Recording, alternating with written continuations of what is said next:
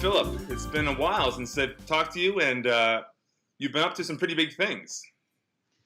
Well, I mean, maybe. I mean, they don't. I mean, they feel significant. Do they feel big? I'm not sure. I think that's for other people maybe to decide. But some exciting things and things I never, quite frankly, would have imagined I'd be up to. I suppose that's the most honest way I can say it. Yeah, and you left Vancouver. When did you leave? 6 months ago, roughly.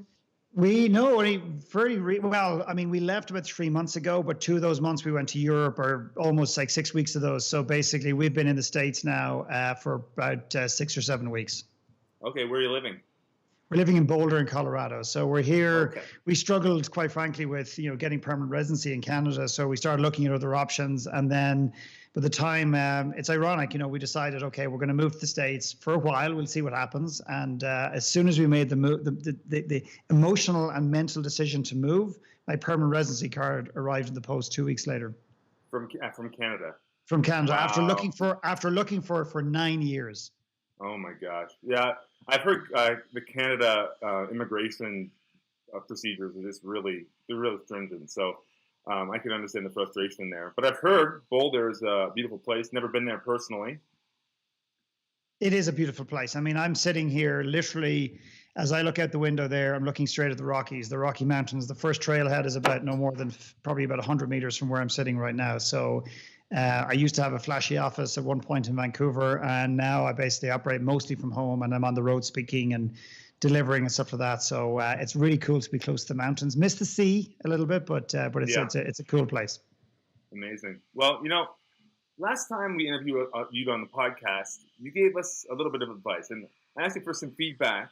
And the one thing you said to us was, remove the table. Remove the table from in between the conversation. Because you said when you interview with Brian, he'll have no table, and kind of creates that more open communication. Now, unfortunately, we have about 1,000 miles of cable fiber optics separating us. So we've actually put a bigger barrier in front of us in a way. So we're kind of going in the wrong direction. So did you move the table, or what happened? We still have the table. We're kind of attached to the table. We really like it, but I understand why. And we have thought about revamping it, but that would require new equipment as well, and a pretty, hefty investment. So we've kept it for now. However, the idea of opening up the conversation that way is definitely very appealing. It is, yeah, it is. And I remember running, and it's been a while since I've done it, but I used to run this weekend event called Base Camp. And this was years ago. And on the first day, everyone would sit behind tables, and it would be great. And, we'd have conversation. The following morning, everyone would walk in, and all the tables were gone, and there'd just be a circle. And I remember people just going, holy crap. And just energetically, it just changed everything. But the conversation, you can't force conversations. You can try, but it doesn't work. But if you create an environment where conversations can be fluent and open, it can be very, very effective. There's no doubt. And but the most important thing about my time in your studio, as far as I'm concerned, is that forget about what's in front of you. The fact that we were face to face with respect to Skype and the internet today, it's just so much more conducive to more connection, deepening of conversation, and just a more engaging environment, I think. 100%. I agree. The face-to-face is ideal, but we'll take what we can get right now, being a couple thousand miles away, whatever that distance happens to be. Yeah. So I see you pretty active online, and I've been seeing you promoting your new documentary, and it's called Give and Grow. And I watched the trailer for that, and at the very beginning of the trailer, there's a quote by Picasso, and it says, "The meaning of life is to find your gift, but the purpose of life is to give it away." And I'm guessing that's going to tie in really nicely to what your documentary is about. Yeah, I mean, I never would have imagined I'd be doing a documentary film. It's just something I never knew much about, never, just imagined it was in my wheelhouse. And of course, the reality is it's not entirely in my wheelhouse. I mean, I have the vision for it. I had the storyboard. I knew the message I wanted to create, but then I brought in great people around me to help me execute it, and, needed to let go of the baby or the project in that process. So that was interesting as well. But, we set out with this intention of kind of trying to capture and trying to recreate something that I personally went through many years ago in Sri Lanka, where it was a pivot in my life. My life pivoted when I basically spent a day in an orphanage in Sri Lanka many years ago. And it was very significant for me. It was a turning point for me. So I said, well, if it can do that for me, I wonder, can we recreate a similar environment and bring a group of people through, but monitor them, watch them, capture them before, during, and after this experience. And that's exactly what we did. And we brought in neuroscientists and experts to validate the work that we're doing. But ultimately, what the documentary is, it's a journey, not just for the people on the film or in the film. It's a journey for people who are going to watch this experience to really, if they feel at some level deep down they're destined for more, and they are open to the fact that their talent and their gift are different, well, then it's an intriguing journey that we're inquiring and asking people to come along on. And that's such an interesting idea right there, distinguishing talent and gift. And it's such a common thing these days. So many people are craving to get out of their office job, get out of their career that's just making them money, and really finding that gift and their passion, and somehow turning that into something they can create into a business. If somebody was, in that place where they really don't know what their gift is, how can they go about going through a process, or what could they do to identify that gift?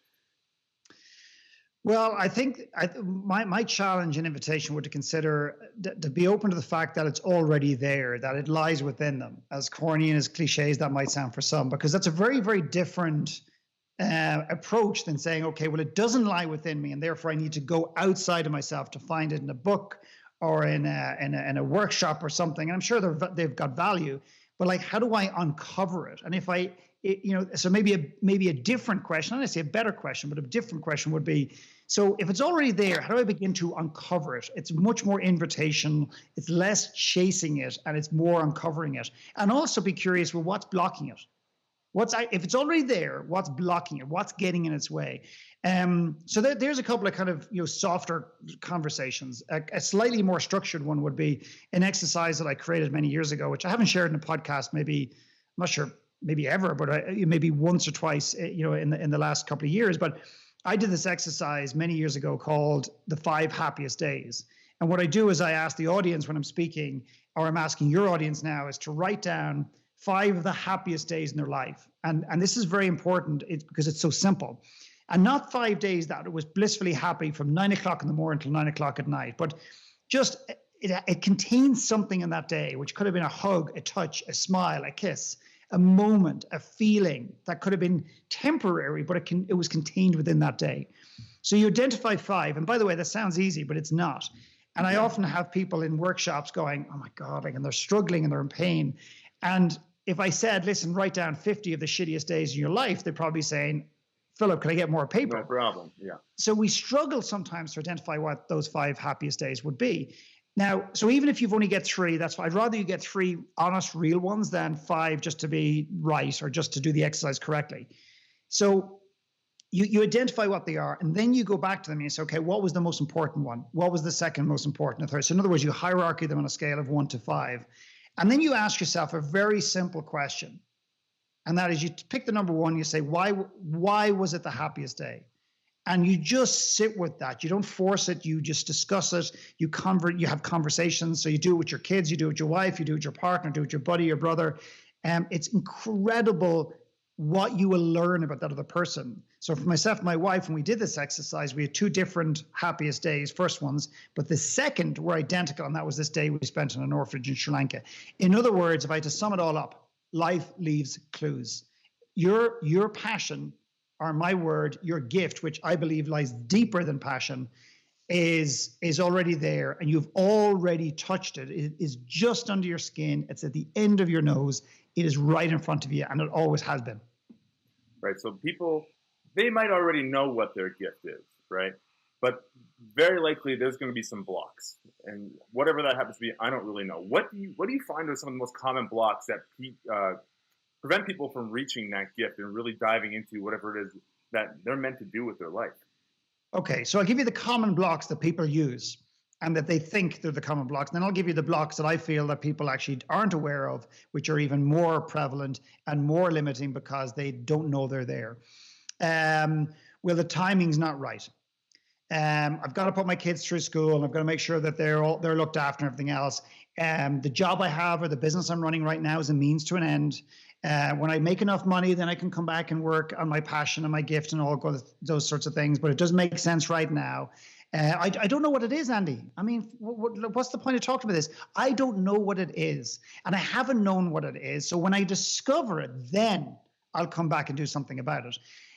So there's some of the common, uncertainty, lack of clarity, kids, money, whatever, all those common ones. Then there's these ones over here. These ones are, I'm scared shitless, not of failure, but I'm scared shitless to uncover my gift, because you know what? There's a sense that my gift is so powerful that it's even bigger than me. And that can frighten some people. Okay. I don't believe I deserve to live a life of fulfillment, contentment. And I don't believe my voice has value. I don't believe my story is as good as somebody else's story. I just don't believe in myself. I don't trust myself.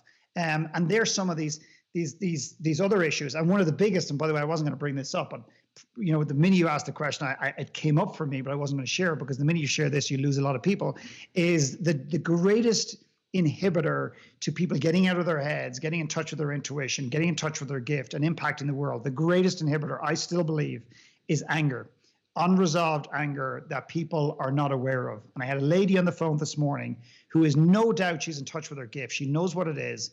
And I just said to her, I said, do you mind me asking you a personal question? She said, go for it. I said, anger. She goes, and what about it? And I said, where does it play a part in your life? She says, well, you're assuming it does. And I said, well, my sense is it does. And she goes, I'm not an angry person. I said, that's not what I asked. I asked, is there anger in your life? I didn't say whether you're an angry person or not. One is very judgmental. One is very curious. 2 minutes later, she goes, yeah, I'm angry. I'm actually very angry. And I said, at who? And she said, myself. So you can see, and you can just imagine how disruptive and destructive that anger, that self-directed anger would be if it's not understood and reconciled and dealt with, or even just identified from an awareness standpoint. So she will continue to find ways of sabotaging and undermining who she is, because she's really deeply angry at herself for not living out her dream 10 or 20 years earlier. Right. That's one thing that's been really coming up. I'm working with a men's group in the city now, and the assumption is that everybody is angry. Everybody has underlying anger, and it's something that we all have to deal with for us to be able to move past whatever it might be holding us back from preventing us from getting where we want to be. How does anger prevent somebody from moving forward? Well, it's angry.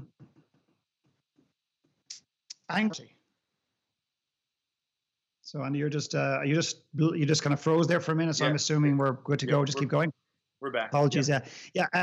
Anger is just one of those things that actually would literally distort reality. So if you know anybody, and a lot of us do, we know somebody that you literally go out on a Monday night and you have a drink or something, and they'll say something or they'll do something, and then on Tuesday morning they almost deny it, or they almost say no. They have a different set of they just have a different memory of what happened and what was said and an expectation. You do business with somebody and you agree A, B, C, and D, and they come back 4 weeks later, and it's not they're saying, hey, Andy, can you clarify, did we agree this? They just have a completely different set of parameters. And what you'll find is that person is deeply angry, whether they're aware of it or not. And anger, and I don't know how it does this, Andy, quite frankly. I have no idea. I can't show you on a spreadsheet how it does this. But anger will literally distort reality. It's a filter that we look through that literally distorts the outcome.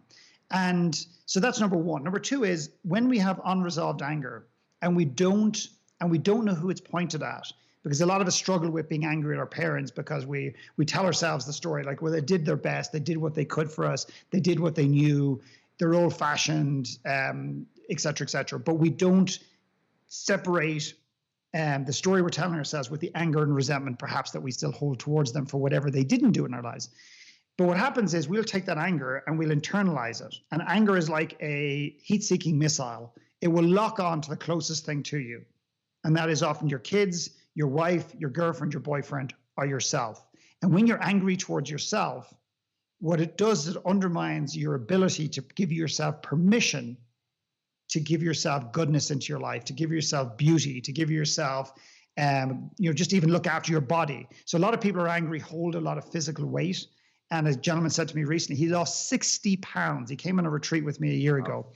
His name is Giovanni. He ran a thing called Archangel recently in Toronto. He lost 60 pounds, 60 pounds in 12 months. Wow. Did we talk about nutrition? No. Did we talk about diet? No. Did we talk about weight loss? No. Did we talk about exercise? No.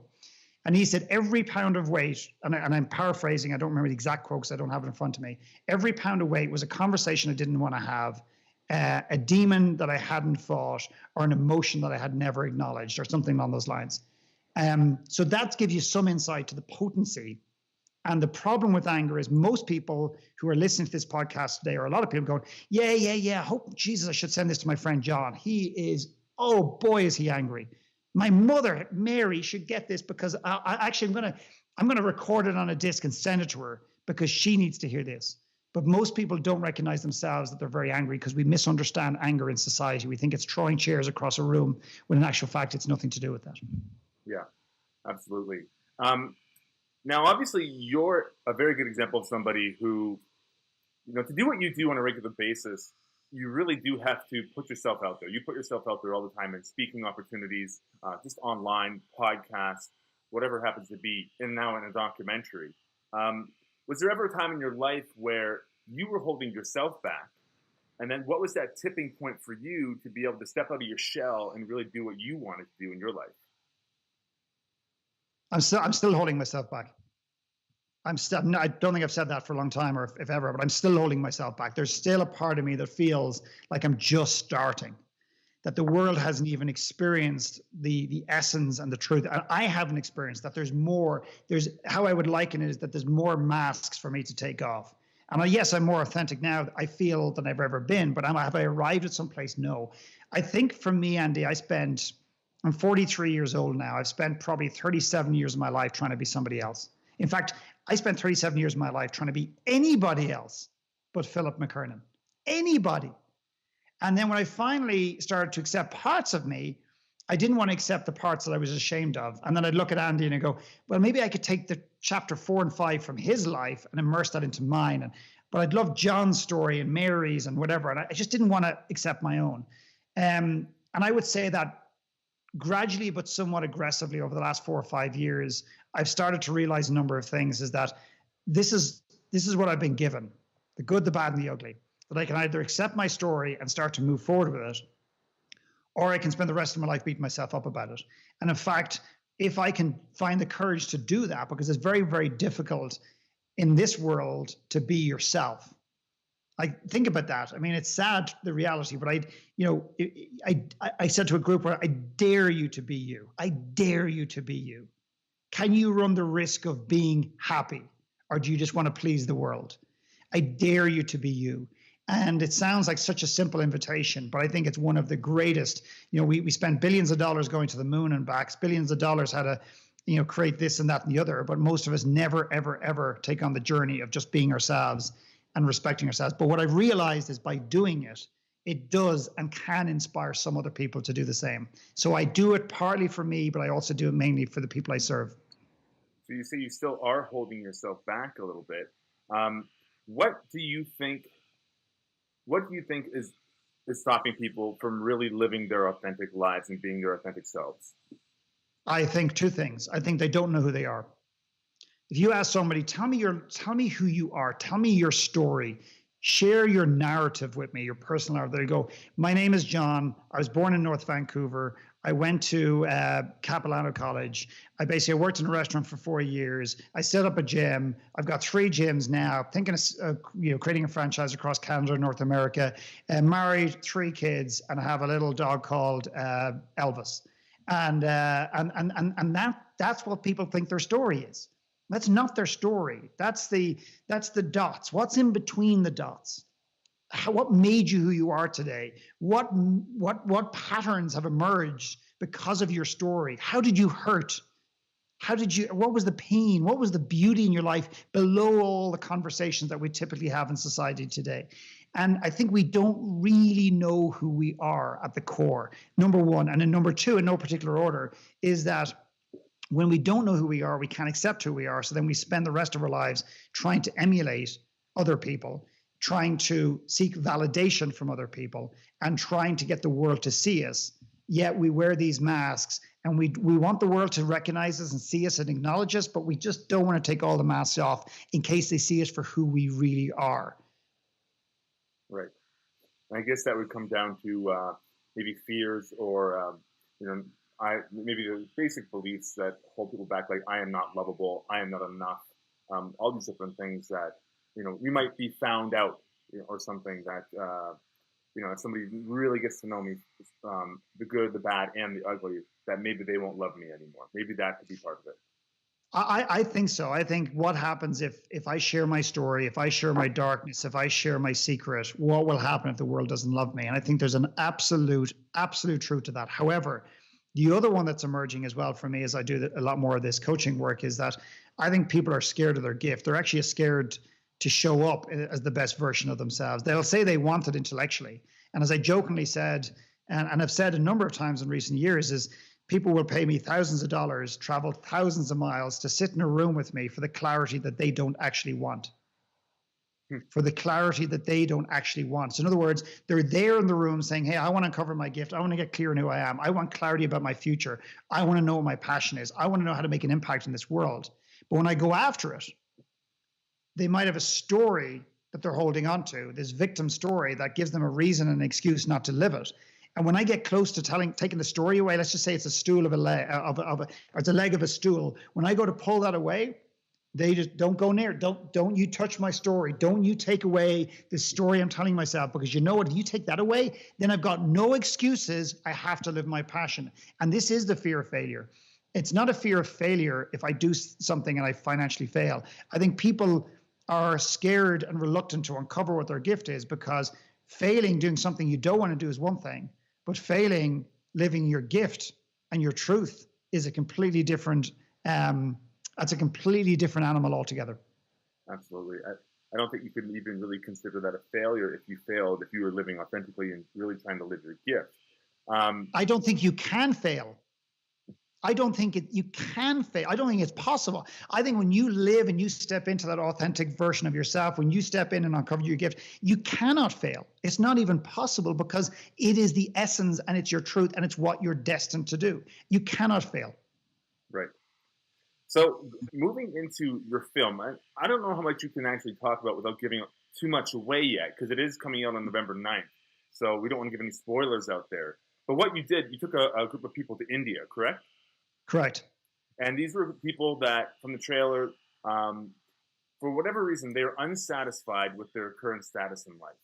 And you took them to India on some kind of adventure to help them find their gifts, help them unlock whatever it is that they're looking for. Maybe you can go into that a little bit and how that came to be. Yeah, I think that the individuals that were attracted to the retreat that we ran in India, and this experiment, this social experiment of bringing a group of people away to test this theory, but also I believe and I hope that people who are attracted to the film are going to be the same type. They're going to be people that at some level deep down, they feel that they were destined for more. And I don't mean more stuff, but I mean something bigger, a bigger calling than themselves. That to some extent they feel no matter what they achieve on paper and how much success they feel, there's a slight sense of being unsatisfied. They may not be miserable, they're just unsatisfied. So successful, but not necessarily satisfied. And people who are curious about this concept of, is there a difference between my gift and my talent? And a lot of people in the world today are executing their talents daily in their businesses, but they're not honoring their gifts. And the gift is our innate ability, our inherent ability to move another human being in a positive way. And then what we do is we bring these people away from a cross section of demographic and economic and backgrounds and so on, and with an emphasis probably a little bit more on business ownership, but not exclusively. And then we interview them beforehand about their lives, about their existence. We bring them on this trip to India, and India is just the backdrop. Don't get caught up in India. It's not about India. And then we go into orphanages and we go into abandoned senior projects and stuff like that. And we basically expose ourselves in the sense of vulnerably by just giving of ourselves, not bringing toys, not bringing money, not building anything, but just giving of ourselves and spending time. And what ends up happening is emotionally, we start to stir. Our soul starts to stir. It starts to open up. And then the problem with a lot, and I say problem, that sounds like a judgment. The missing link in a lot of volunteer programs around the world, of which there's many, is that you go, you volunteer, you go home, you feel good, you don't know why, and you put it down to, well, I know why I feel good because I gave back. And then that you then either feel frustrated as you assimilate back into your life, or you want to change your life, but you don't know how and you don't know why, most importantly. So the missing link for me when volunteer experiences is the processing. Why did this impact you? Why did this make you emotional? Why did this make such a difference for you? Why did you get angry? Why did you struggle with this?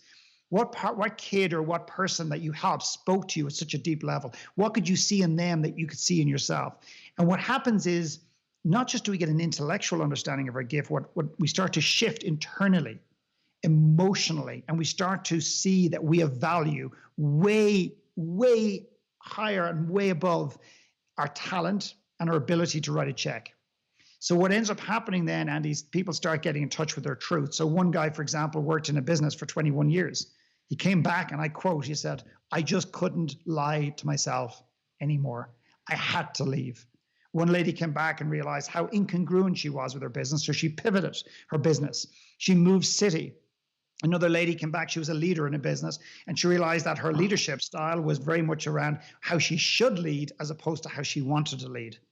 And another guy, and so on and so forth. So we use their stories, their breakthroughs, but really all the time we're challenging the watcher, the listener of the film, and that's our intent, to really ask the same questions of themselves and bring them on this journey with us to India, and using these people's stories as a way of unlocking and stirring people's souls. It seems like that's a very common theme with how you like to work with people. You like to take people out of their normal life into a different place. Like you go to Ireland for your retreats, India to do this kind of work, and combine the travel with the processing. Now, what about that combination is so potent? Why does it work so well for people? Yeah, it's a brilliant question. And I think personally it came from, that's what worked for me. And I think, this is not a science. This is just something that I personally stumbled upon or fell upon. I mean, if I just gave your audience, and I just make up a question right now, let's just say, just a simple question. Do you love what you do professionally? And people will answer straight away, because yeah, absolutely. And my challenge to that is, well, how do you know? And they go, what do you mean, how do I know? It's my life. I'm working in the finance industry. I'm making widgets. You don't make widgets. You don't even know me, McKernan. How dare you question? They get all defensive, which basically tells you something anyway, because you're now getting close to a hot button. But let's just say you asked the same question and you were on a radio station and you were driving through Vancouver. And you asked the same question on a beach at lunchtime, and the water's lapping up and you had some beautiful music and you just had your journal. But let's just say you asked that same question on a mountain in the Andes, or in India in the Himalayas, or on the west coast of Ireland, after having 3 or 4 days of immersion, of processing, of journaling, of taking a lot of wisdom out of you and not absorbing a lot of wisdom in, which is unfortunately what the world is doing today. I want to know what the wisdom they have inside that's been locked away forever. And you ask the same question.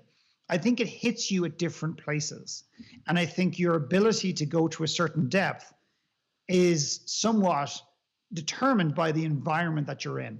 So if someone's unplugged from technology in the world, and they're screaming kids and they're screaming business and everything else, and they're asked the same question, I think they'll go to a different depth of not just honesty, but emotional, just emotional depth within their own bodies. So the same question presented in different environments, and that's just one simple question.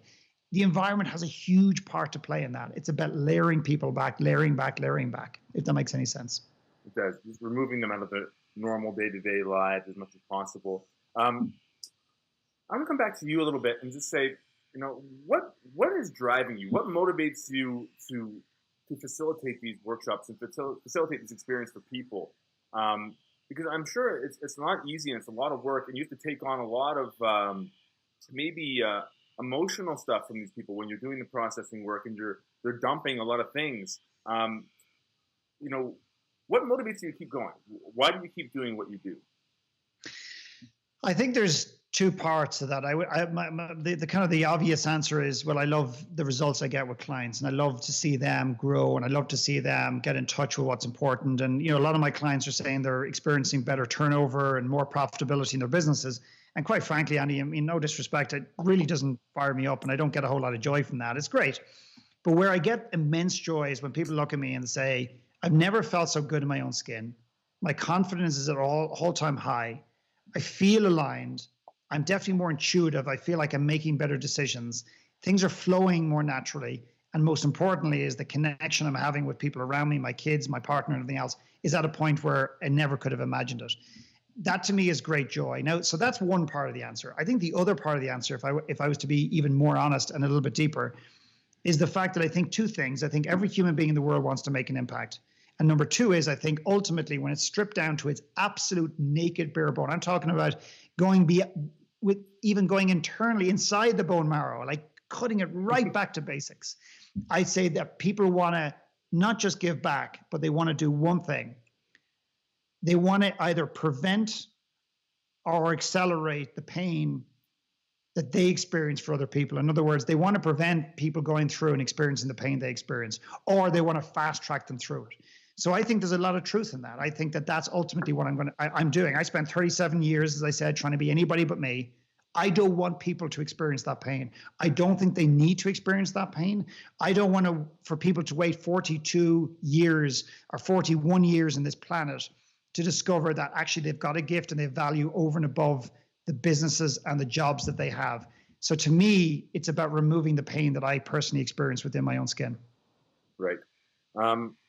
And there's a quote in your trailer, and it said, "The gift on a very basic level is our ability to impact other people." And I guess that's what you're referring to there. Is as deep down you think that everybody wants to make a difference, and they want to make an impact in the world. They want to create positive change, but they're trapped in their own little bubble of their life for whatever reason, right?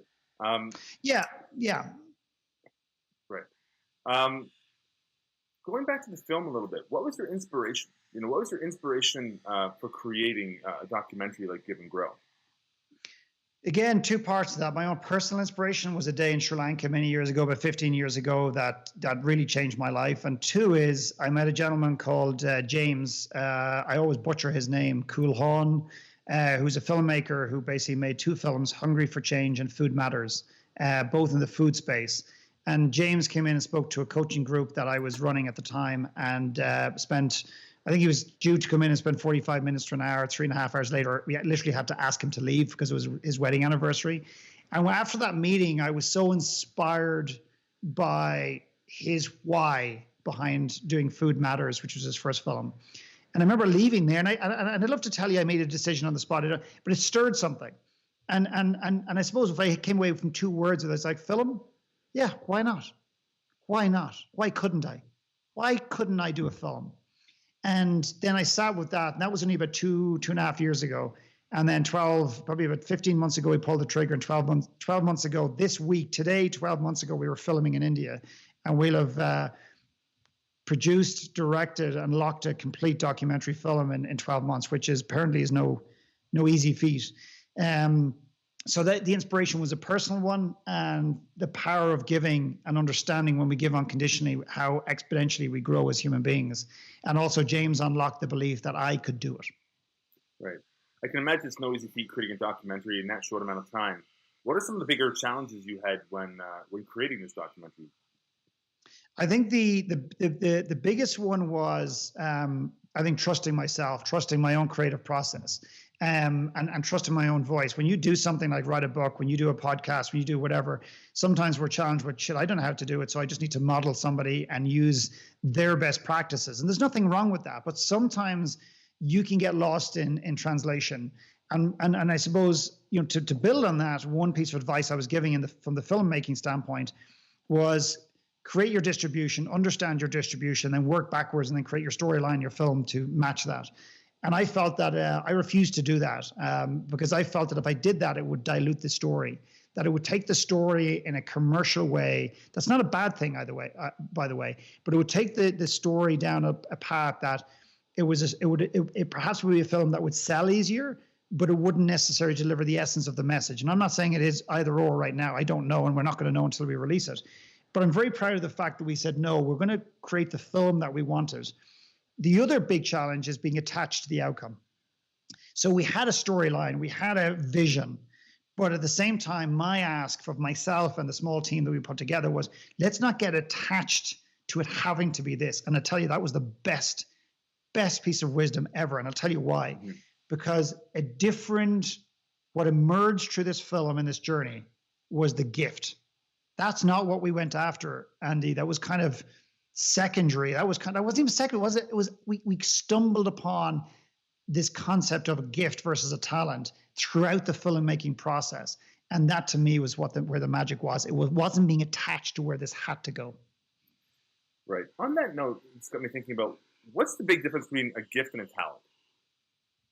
So, for example, I probably the best way I can describe this is, my wife, and I may share the story with you before from memory, is she's an accountant and she was very talented with numbers. And her, years ago in school, she went to her career guidance person and they said, listen, you're great with numbers. Why don't you become an accountant? And she said, yeah, my older sister's an accountant. I'll become an accountant. So that's a talent. She's good with numbers. But that's not what her gift was. So that's eventually going to run out of steam. And it's eventually going to most likely result in her lying in her deathbed many years from now, wondering, maybe having some regrets, or maybe just moving through life. And it's okay to like something as opposed to finding something that you absolutely love. And I do believe that's not some corny cliche thing. I do believe that's possible for those that choose to go after it, which I think is only probably 1 or 2 or maybe 3% of the world. So I meet a lot of entrepreneurs who are executing their talent. They're great at building businesses. They're great at putting staff in place. They're great at putting kind of procedures in place, building and finding the right talent, further talent, but they're not necessarily executing or honoring their gift, which is their ability to move the needle for other people, whether it's through speaking, whether it's through a podcast, whether it's just being vulnerable, whether it's mentoring, whether it's just giving back of themselves. And I think that is the difference. And if you don't honor your gift along the journey, you don't have to do it full time. I do believe the world will have missed out of something very beautiful within you. Definitely. What do you think your gift is? What is Philip McKernan's personal gift that you are sharing with the world right now? Yeah, and it's something that I'm kind of, I'm a massive fan of uncovering, and this might sound a bit odd, but uncovering and being open to the fact that we do have a gift, but not getting too attached to putting a label on it and to internalizing it too much. Because to me, my gift is on loan, and it's on loan till the day I die, or the day I start abusing it, where the ego kicks in. And I think then it'll be taken away. And I've probably already lost the plot at that point anyway, so technically it's gone. Some people say it's my intuitiveness, my ability to be able to feel what somebody else is going through. And that's very advantageous when someone tells me a story they want me to believe, and it's very heady and intellectual. And I just go, I don't feel that, I don't buy that from you. So in other words, I call bullshit on a slightly more deeper level than some. And I'm really good at holding a frame for somebody, feeling almost what's possible for them. It's almost like I can visualize where this person could be. I don't share this lightly. I don't share this hardly at all because it freaks people out. So when I meet somebody and I can look into their eyes, I can feel what's going on for them, and I can tell straight away how aligned they are not in this world. And I'm relentless. If they choose to step in and work with me, I'm relentless in the pursuit of their truth. So I will help them uncover the shit that they're aware of is getting in the way and unaware of that's getting in the way, seen and unseen, so they can start to really uncover their gift and show up. And I've been told by many people that's what my gift is, my ability to be able to really just cut to the core and get to the truth. Because I know you came from a small business background as well in Ireland. Is that correct? Yes. So when did you discover this ability that you have to be able to work with people and cut to the core so effectively like you do?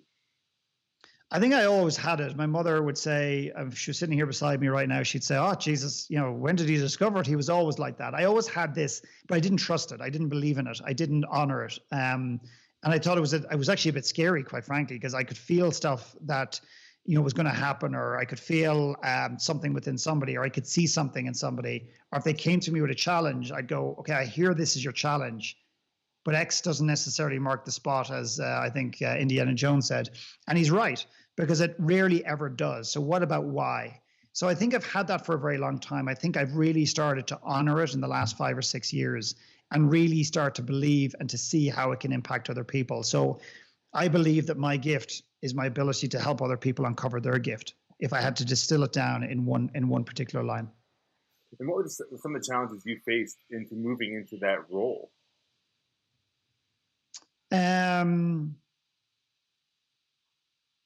Identity, letting go of the story I told myself and who I was, shedding previous identities to let go, like, sacrificing like stuff that looked good on paper, like getting out of a successful business, getting out of a successful career. It's very hard to do that because there's no logical reason to leave what you're doing. But when you follow your gift, sometimes that's what's required. So that, and then when you do that, you get judged a lot by society. People don't understand. You're giving up that. You're leaving Ireland. Like you're what? What's wrong with you?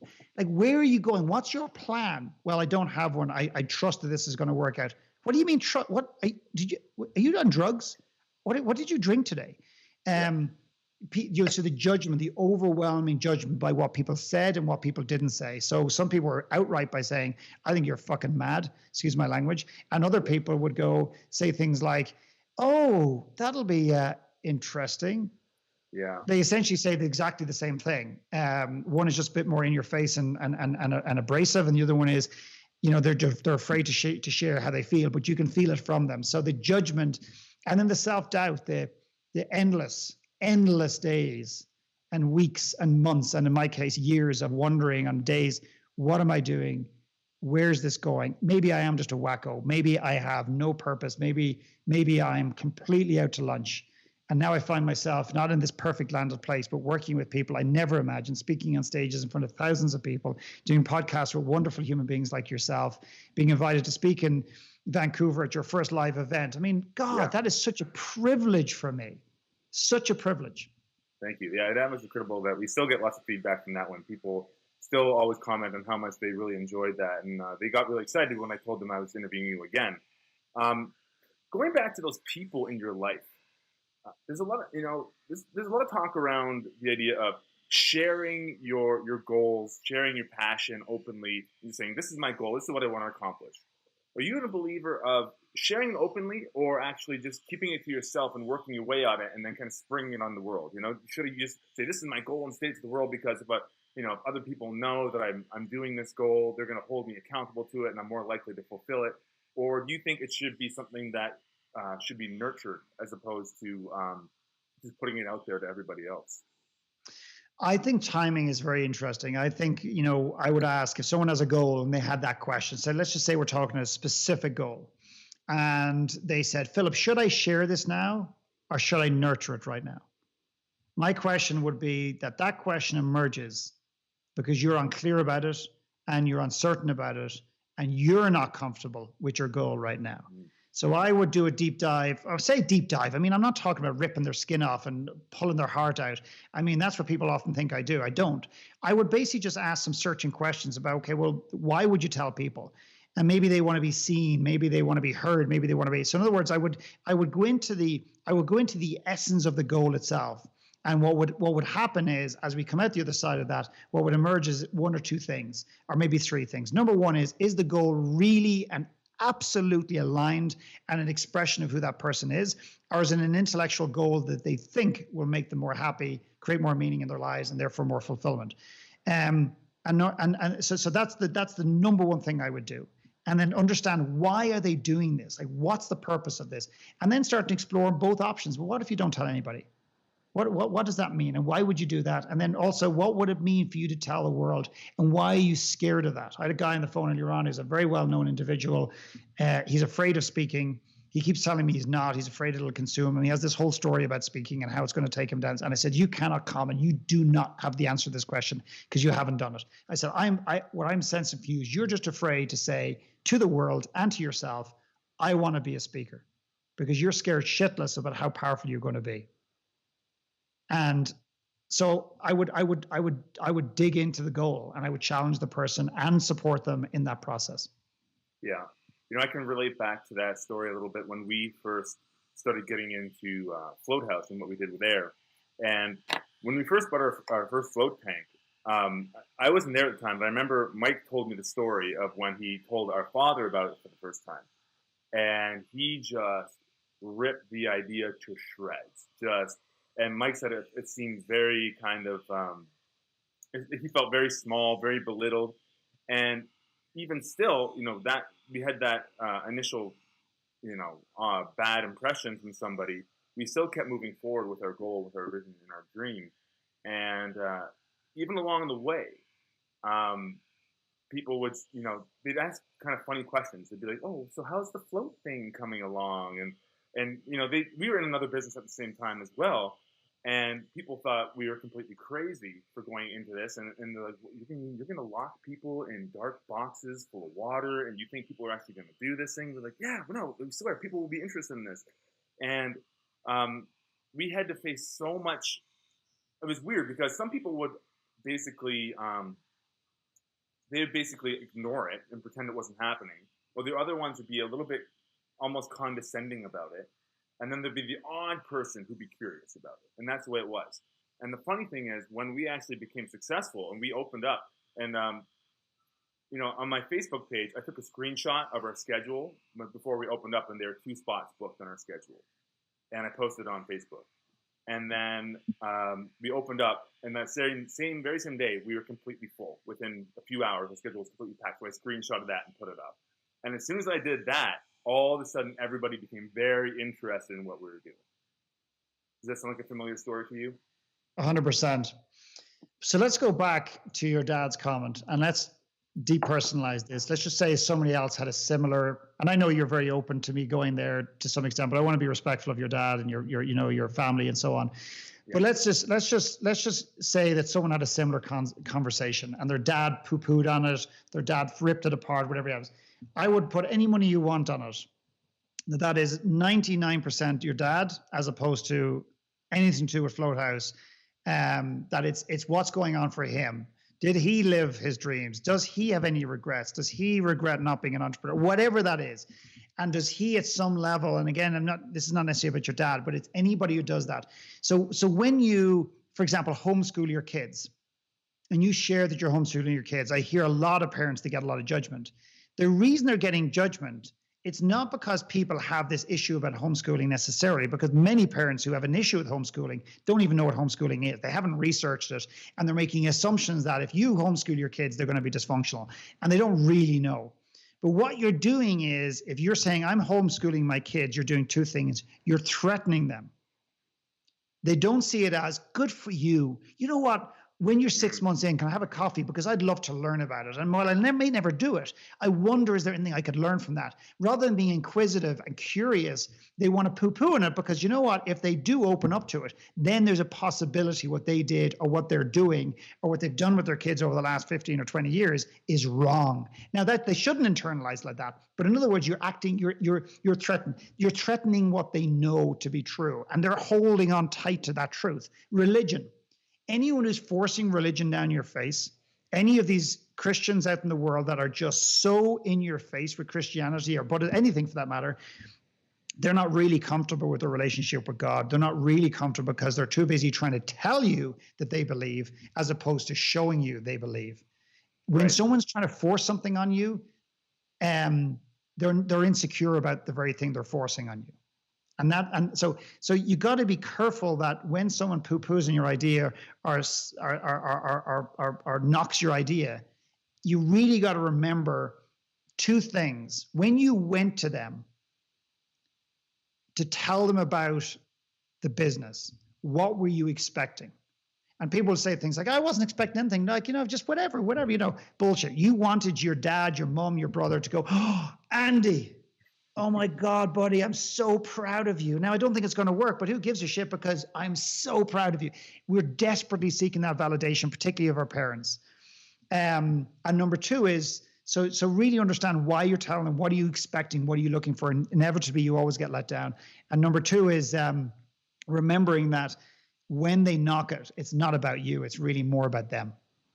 Right. They're projecting something potentially that they felt maybe they were missing in their life, or like, I like how you said the school analogy. Maybe they feel threatened by it, that they were doing something wrong, and they get defensive.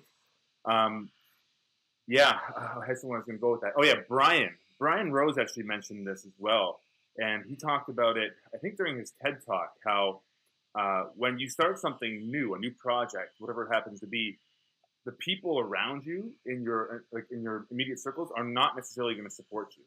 they're not going to support you right away. He says that a lot of times you're going to do something different and weird.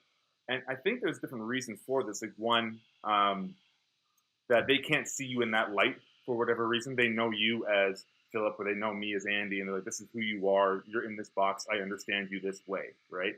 And as soon as you say, I'm going to do this crazy thing, then they start, they don't really believe that you can do it, or they don't see you being capable of accomplishing that, whatever it happens to be.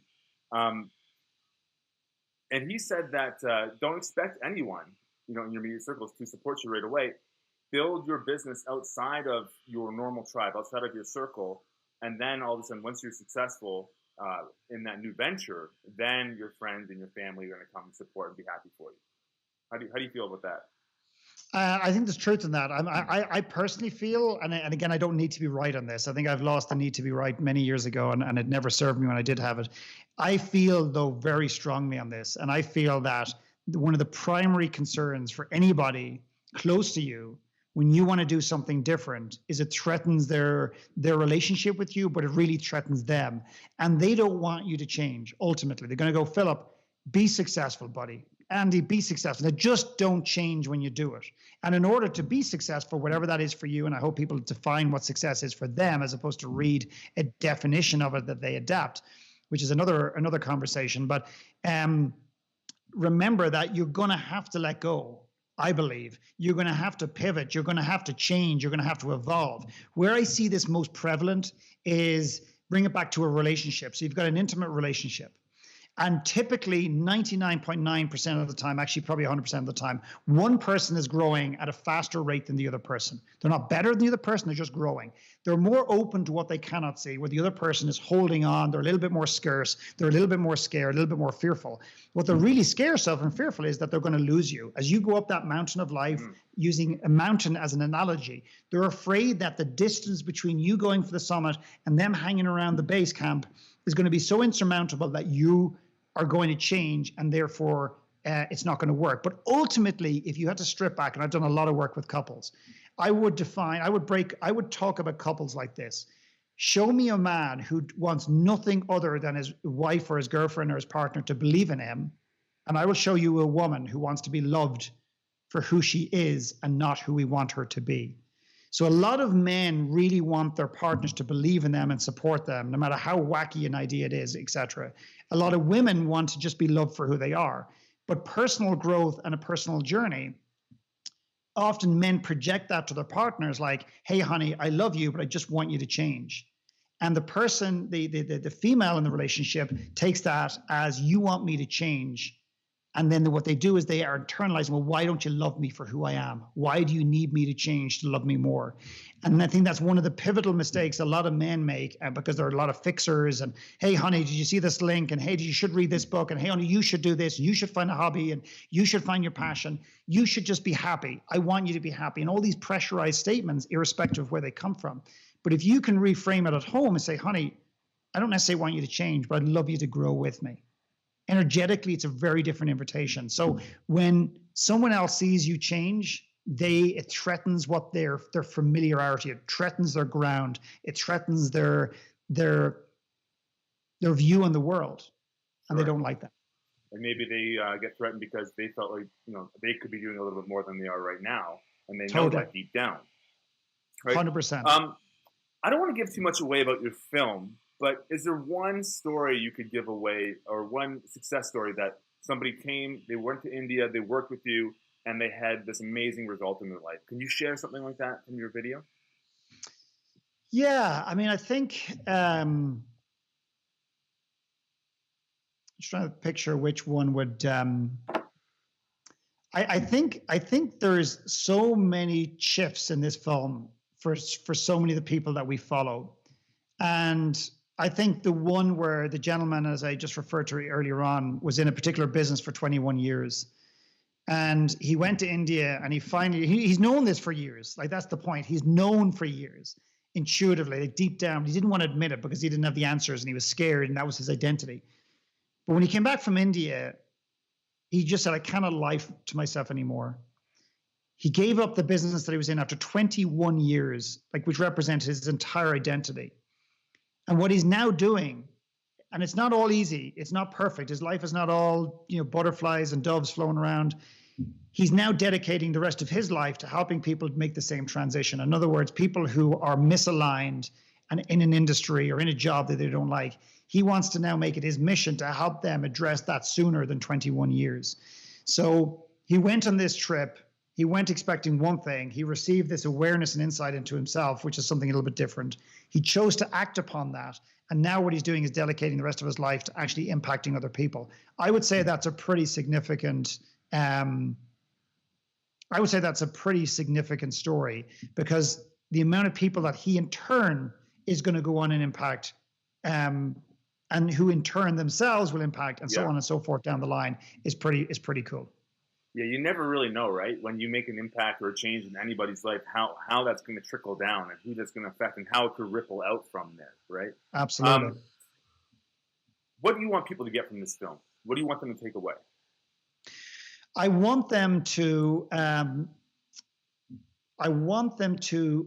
not just ask the question, am I destined for more? But I want them to dream about that. I want them to really, really answer that question. I want them to understand, not just intellectually, but emotionally, the difference between their talent and their gift. I want them to be open to the fact that it isn't the same thing. And that one of the takeaways they could get is, actually, I am very talented in this. It's just not my gift. But over here is something that I'm afraid of, that I don't really understand. But actually, this is my gift. And whether I use it to execute one person in this world, my wife, my kids, myself, my friend, my brother, or I use it and I bring it into a slightly more public domain to affect more people, that's up to them. But that's a huge one. And ultimately, I want them to bring giving and impact into their lives, into their everyday lives now, as opposed to waiting until they make all their money, wait until the ducks are in a row, wait until they get clarity. And I'm not talking writing checks. Checks are important. I just raised quite a bit of money to build an orphanage. So checks are important, but I'm talking about, how can I give back of myself? Because I have got value in this world over and above my ability to write a check or give a toy or buy a car for somebody. I've got this ability. So there's just some of the things, but really, really digging deep into your soul and saying, what is my gift and how could I bring it forth to honor myself and therefore everybody else around me? Wow. That's amazing. All this talk about digging deep into your soul, this has been, a theme that's been going on in my life for last couple of years. And it's hard work, right? It's hard work for anybody to take an honest look at themselves, but it's so important for people to do that. And, you're one of those guys that's out there and you're making changes, you're making impacts, you're impacting people's lives. And again, that's potentially your gift to the world. And that's, again, you never know how one person you impact is gonna create an even bigger impact and change who knows what, right? And make whatever impact in the world. So, there's so many people out there, so many coaches doing this kind of work right now. And it feels like that we need it almost more than ever at this point. People seem to be quite lost. And you get these guys out there, these characters like Trump and Hillary and all this drama in the political scene in the U.S. And, it kind of shows you what's really going on in people's heads there. One thing I'm amazed is people said you're moving to the States. I mean, I don't know how long we're going to be here. And are you going to move there if Trump gets in? And well, I heard the same thing. Would you move there if Obama gets in and Bush and Reagan? And it'll never change. I don't believe in politics. I believe in people. I don't think politics change the world. I think people do. And I know a lot of people disagree with that. I am absolutely taken aback by the amount, even on Facebook with American friends or even some non-American friends. Just the amount of energy people put into elections and into politicians here is extraordinary. And my invitation and my challenge to those that do is, if you took 10% of the energy you expel into your beliefs around, whether it's Hillary or Trump or whatever, and brought that to the mirror and said, okay, how can I change my life? Because I'm not even fully in control of that. But let's just say, use the word control, which I'm not a big fan of, but I'm more in control of that than I am of the outcome. And even if one of these politicians gets in, their hands are tied. There's not a whole lot they can do really to make very positive change, and so on and so forth. But really, don't look to politics. Don't look to other people to make your life better. take control. And again, I say the word control with a caveat that it's not the perfect word, but take that challenge of actually, what can I do? What difference can I make outside of my vote, outside of my checkbook? What can I do to impact and inspire my life? I want my life, Andy, right or wrong, whether it is or it isn't, it's not for me to decide. I want my life to be inspirational and aspirational. And I make films for my clients. I don't mean make films to get more clients. I make films because I want to show my clients that I am progressing, that I am moving, that I'm not willing to stand still, that I myself am living and breathing what I'm asking them to do every day. I stand on a stage and I'm scared shitless. I'm about to release a film on the world. If I look calm on the outside, on the inside, it's not. I'm worried about what people are going to say. I'm worried that the only person going to watch this in the world is my mother, and everyone else thinks it's shit. But it's not going to stop me, because when I do it, I hear from my clients, some of my coaching clients say, and this is their words, not mine. Some of the greatest insights I get from you is just watching your journey unfold and being a part of that journey, because it inspires me to go forward every day and have difficult conversations and do things that scare me as well. So to me, I have a moral obligation, and it sounds like a lot of pressure, but I want to do this for my kids, for my family, and for the people, and to help people just get unstuck. And if I have to be the fall guy on occasions where I get criticism or people laugh at me and make jokes, so be it. Yeah. Someone's got to go first. Well, you're definitely putting yourself out there, and you're definitely impacting lives. And there's a lot of people around the Vancouver area that wish you were still here. So, I don't know if you're going to make a trip back anytime soon, but I know if you did, there'd be a lot of people waiting to see you again. Well, you're very kind to say that. I mean, my time in Canada has been very important to me, and Canada is the place that, I suppose Ireland is where it started, but Canada is the place that gave me the break, and I will never, ever forget that. I have not turned my back in Canada. In fact, we're doing the world premiere of the film in Toronto, which will probably completely piss off the Vancouverites now completely. Yeah, might a little bit. But I'm doing that because I feel that Canada is the place where it really started, and it'll always be the place it started. And I will never, ever, ever forget Canada, and I will always be in and out of Canada on a regular basis. And I look forward to coming in, maybe, who knows, doing another speaking event someday. Maybe actually, playing the film and then doing Q&A afterwards, and doing an evening. Cool. And I would be honored. And then maybe the following morning, when I'm tired and a bit grumpy, I'll go in and have a float and recover. Yeah, exactly. Or you can go for a hike. I'll be doing that in about half an hour after this conversation. So anything else you want to throw out there, Philip? No, I just want to say thank you. I mean, I'm honored. I just really appreciate you taking the time to connect with me, and supporting the film in your way. And then if people are inclined to want to watch the film, great. If they're not drawn to me or my work, that's fine. And giveandgrow.com is the website if they want to go and download or have a look at the film. It'll be available in the next couple of weeks, and we're excited, nervous, and a little bit scared all at the same time. Yeah. Well, I'm sure you're going to get a lot of support from Vancouver. Your episode that we did with you last year always gets positive feedback, and everyone says how awesome our interview with Philip McKernan was, and they reference that a lot when they talk about our podcast. So when they see you pop up on our iTunes again, and they see Philip McKernan, they're going to listen to this, and they're going to hear all about your film. So I know you're going to have lots of support from Vancouver. Cool. Wonderful. Well, thank you. Well, awesome, Philip. Thank you so much for sitting down and giving me your time today, and I look forward to connecting with you again soon. Yeah, cool. Take care. Bye.